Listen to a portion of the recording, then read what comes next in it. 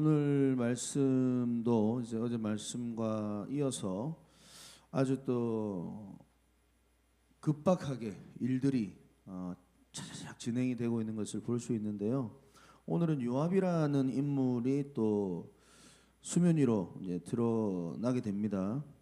어제 말씀을 우리가 기억하면 아브넬 그 이스라엘의 왕이었던 이스보셋의 군대 장관 아브넬이 어떻게 보면 실제적인 이스라엘의 비선실세 같은 사람이었죠. 그랬던 그가 다윗에게 미리 잘 보여서 나라 2인자가 돼야 되겠다 싶어서 어제 다윗에게 와서 이제 이 나라가 당신 것입니다 하고 이렇게 머리를 썼습니다. 그리고 나서 이제 다윗도 알겠다, 한번 잘해보자. 그렇게 얘기가 잘 되고 이제 돌아간 겁니다. 그런데 오늘 22절에 보면 그 시간 동안에 요압이 없었던 거예요. 요압은 누굽니까? 요압은 다윗의 군대 장관입니다. 아브넬은 이스보셋의 군대 장관이고 둘 다 이렇게 장군이다 이 말이에요. 그런데 이제 요압이 적군을 물리치고 와서 보니까 아브넬이 왔다 갔다는 얘기를 들은 겁니다. 그래서 이제 오늘 어떠한 행동들을 하고 있는데요. 결국은 이제 그 이야기를 듣고 다윗 왕에게 가서 24절에 보면 요압이 왕에게 나와 이르되 어찌하심이니까 아브넬이 왕에게 나왔거늘 어찌하여 그를 보내 잘 가게 하셨나이까. 그러니까 지금 거의 왕에게 이 군대 장관이 지금 이제 선을 넘는 행동들을 합니다. 다윗 왕을 지금 꾸짖고 지금 너 잘못했다 뭐 이런 식으로까지 지금 얘기합니다. 아브넬이 왜 당신에게 왔겠느냐? 그거 왕 속이려고 한 당신을 속이려고 하는 것이다. 이렇게 이야기하면서 다윗이 어리석다라고 막 이야기합니다. 그리고 나서 26절에 보면 요압이 다윗 앞에서 나와서 자기의 전령들을 몰래 보냅니다. 아브넬에게. 그리고 아브넬 보고 이제 다시 돌아오게 하는 거예요. 이렇게. 그런데 다윗은 알지 못했다 이런 표현이죠. 그러니까 이제 다윗의 이름을 팔았던 것 같습니다. 아브넬을 데리고 오는데 다윗도 속이고 이러면서 아브넬이 27절에 보면 헤브론으로 돌아오죠. 근데 거기서 그를 죽입니다. 뭐 표면적 이유는 자기 동생 아사헬의 피로 예전에 아브넬이 자기 동생을 죽였거든요. 그러니까 이제 그거에 대한 또 원한도 원망도 있었죠.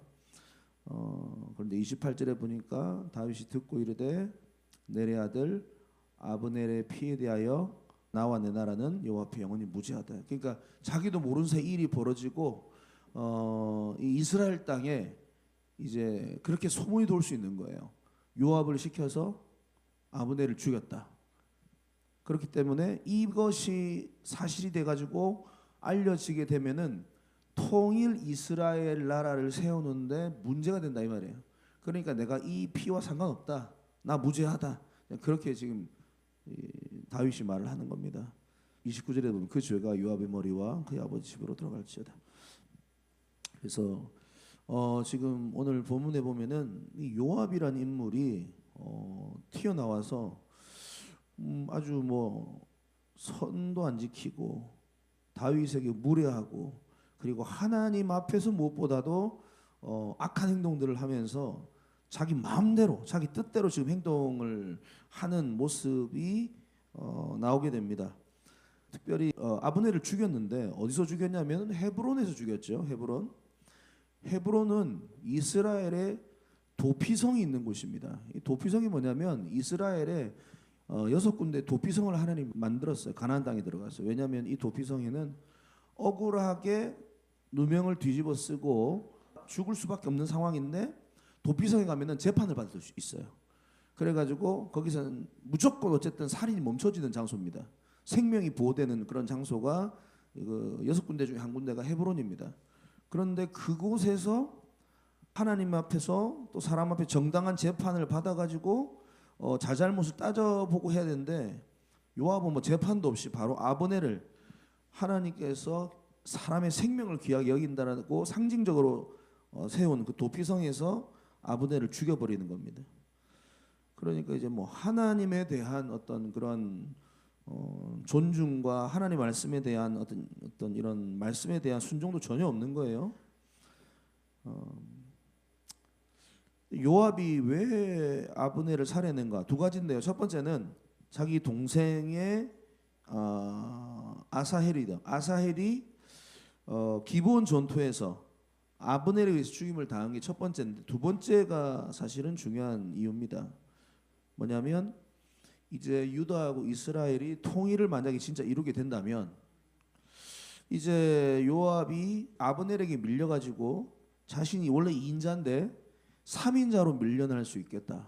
그 두려움이 그에게 있었다는 거죠.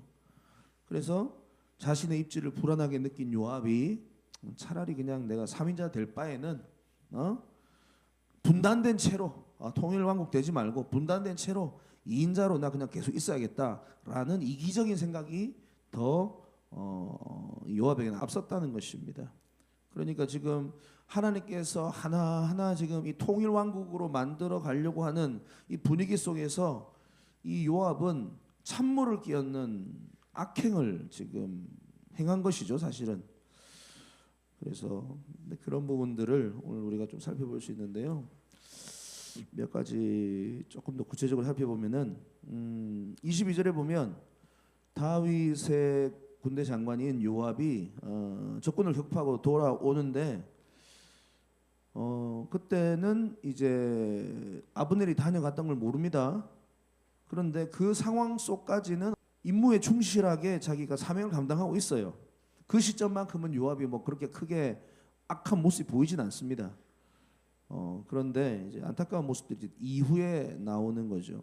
23절과 24절, 25절 쭉 보면은 그 요압이 격분해 가지고 막 다윗에게 항의를 하고 있는데 이 지금 요압의 모습 가운데 이런 모습이 좀 보입니다. 지금 하나님의 나라, 다윗의 뜻, 하나님의 뜻, 이제 이런 미래와 하나님의 뜻과 비전과 이런 부분들에 대해서 전혀 생각을 못 하고 있어요. 요압은. 그럼 뭘 생각하냐? 오직 현실만 생각하고 있어요. 내가 지금 2인자가 되냐, 3인자가 되냐, 내 처지가 어떻게 되냐. 이거를 이런 단어로도 표현할 수 있습니다. 에서 신드롬이라는 단어 혹시 들어보셨나 모르겠는데, 에서 신드롬. 에서가 어떤 인물입니까? 야곱에게 배고파가지고 팥죽 끓이고 있는 야곱에게 와가지고 어떻게 합니까? 팥죽 한 그릇 달라 그러니까 야곱이 형 그럼 장자권 주세요. 파세요. 알았다 해가지고 그냥 팥죽 한 그릇에 팔잖아요. 이게 에서 신드롬이라는 단어로 설명할 수 있는데, 그러니까 미래에 관심이 없는 거예요. 하나님의 뜻에 관심이 없는 거예요. 오직 현재 내 배고픈 그 일만 해결되면은 만사 오케이. 그러니까 전혀 영적이지도 않고 전혀 뭐 하나님의 뜻에 관심이 없고 그냥 미래의 축복도 관심이 없고 오직 현재 오늘 내 배고픈 배를 채우는 것에만 급급하고 있는 전혀 영적이지 않는 리더자의 모습을 보고 있는 것입니다. 우리 미라클 교회 성도님들은 또 특별히 리더들은 이런 안타까운 에서 신드롬에 빠지지 않기를 바랍니다. 하나님의 뜻, 미래의 축복, 오늘 힘들지만 내가 오늘 견뎌내고 인내하고 하나님의 뜻이 무엇인가를 붙들고 살아가는 영안을 항상 열어놓고 살아야 된다 이 말이에요. 그런 에서 신드롬에 빠져 있으니까 이제 흥분해가지고 24절에 어찌하심이니까, 지금 이 말은 어찌하심, 왕을 속이려고 그런 거 모릅니까? 이런 말입니다. 지금 25절에 왕을 속임이라. 그러니까 너 바보냐 이런 말. 원어로 보면은 그런 거예요. 다윗 왕 보고 너 바보야? 뭐 이런 의미를 가지고 지금 말하고 있는 겁니다. 얼마나 지금 교만합니까? 이제 왕도 이제 뭐 자기 마음대로 하고 있는 거예요. 그래서 사람을 보내서 그를 불러내서 이렇게 죽이는데 참 안타깝게 이제 헤브론이라는 도피성에서 죽여버리죠. 자, 이제 결론을 한번 제가 정리하고 말씀 마치겠습니다. 요압이라는 인물이 어떤 인물이냐면 다윗의 그 통치 시간들 속에서 다윗의 삶 가운데 어떻게 보면 어마어마하게 많은 공을 세운 사람입니다. 요압이 엄청 똑똑한 사람이고요. 그리고 싸움도 엄청나게 잘했던 사람입니다. 그리고 탁월한 리더십을 가진 사람이고요. 무엇보다도 뭐 하여튼 대단한 지혜가 있는 사람이 바로 요압이었습니다. 그래서 이 다윗을 도와서 여기까지 다윗의 오른팔 노릇을 하면서 온 거예요. 그가 목숨을 걸고 성공했던 많은 그 전쟁들, 여부스 사람들을 정복하여 예루살렘을 다윗에게 바치기도 했고, 암몬 왕을 굴복시켜서 그의 왕관을 다윗에게 바쳤고, 또 압살롬 반역이나 세바의 반역을 진압해서 나라의 평안을 가져왔고, 그러니까 얼마나 뛰어나게 탁월하게 똑똑하게 다윗을 도왔는지 몰라요. 하나님께서 그를 어마어마하게 은사를 많이 주셨다 이 말이에요. 많은 은사를 주고 많은 능력을 주고 많은 힘을 줬어요. 그런데 이 마지막 오늘 이 모습들을 보면서 결국 그의 이 이기적인 마음, 불의한 마음, 이것 때문에 정죄를 받고 하나님께서 그를 위해서 예비해 놓으신 모든 축복을 스스로 발로 걷어차고 그의 교만과 교활한 때문에 그는 버림을 받게 됩니다. 마지막에는 솔로몬이 그를 죽여버립니다. 그의 능력은 탁월한데요, 하나님 앞에서 마지막에 정말로 진실하고 정직한 그 모습이 아니라 그 정치적인 야욕에 빠져서 교활한 그 마음에 넘어가서 이제 마지막 인생이 이제 완전히 그냥 나락으로 떨어져 버리죠. 사랑하는 성도 여러분, 저는 이런 안타까운 케이스가 우리 미라클 교회에 한 번도 없기를 주님의 이름으로 축복합니다. 능력을 하나님께서 주셔요. 하나님께서 지혜를 주셔요. 하나님께서 어떻게든지 우리가 사역할 수 있도록 은혜를 주세요. 그런데 어느덧 내 눈이 어두워져서 하나님 뜻보다는 자기의 뜻을 앞세우고, 그리고 내 안에 막 욕심과 야욕과 이런 뭐 하나님 잊어버리는 모습들이 나오게 되면은 마지막에 하나님께 쓰임 못 받는다는 거예요. 그 두 사람 비교해 볼까요? 마가복음 2장에 보면은 두 렙돈을 바친 한 과부의 이야기를 알 겁니다. 예수님 앞에서 자기의 전 재산 두 렙돈을 드렸죠. 그러니까 주님께서 너무 기뻐하셨죠. 네가 오늘 제일 헌금 많이 했다 이런 말하죠. 왜 그랬을까요? 그 안에 순수함이 있었거든. 그 안에 진실함이 있었거든. 하나님은 그 사람과 또 그 사람의 헌신을 받으시는 분이세요. 근데 반대로 아나니아 삽비라 사도행전 5장에 보면은 큰 헌금을 어떻게 보면은 자기 집의 재산의 절반이죠. 갖다 바친 겁니다. 하지만 오히려 그는 저주를 받아 죽었죠. 무슨 말인가 이해가 되세요? 그러니까 하나님은요, 진실하고 정직하고 어린아이 그 순수한 마음을 계속해서 붙들고 사역하고 나아가는 그 사람을 주님께서 끝까지 지지하신다 이 말입니다. 에베소서 5장 9절에 보면 빛의 열매는 모든 착함과 의로움과 진실함에 있다 이런 말씀이 있습니다. 빛의 열매는 하나님의 자녀로서 우리가 열매를 맺는 삶은 모든 착함과 의로움과 진실함에 있다.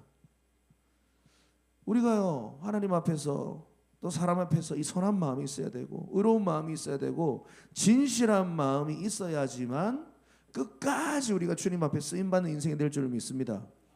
요압은 그렇게 많은 축복을 받았던 사람이고 그렇게 많은 달란트를 받았던 사람이고 그렇게 똑똑한 사람이었는데 마지막 정말로 이 정치적인 욕심과 야욕에 빠져서 하나님이 다져버리고 다윗도 불순종하고 결국은 그 복수심 또 악한 인격 때문에 평화로운 통일까지도 무너뜨릴 뻔했던 이 안타까운 모습이잖아요. 하지만 결국은 하나님께서 이 모든 것도 또 주님께 선으로 바꾸셔서 주님의 뜻을 이어가셨죠. 사랑하는 성도 여러분, 오늘 우리에게 이런 순수함이 주님 보실 때 끝까지 잃지 마시고 저도 마찬가지고요. 우리 모든 미라클 교회 성도님들이 그렇게 쓰임 받는 멋진 인생들 되기를 주님의 이름으로 축복합니다.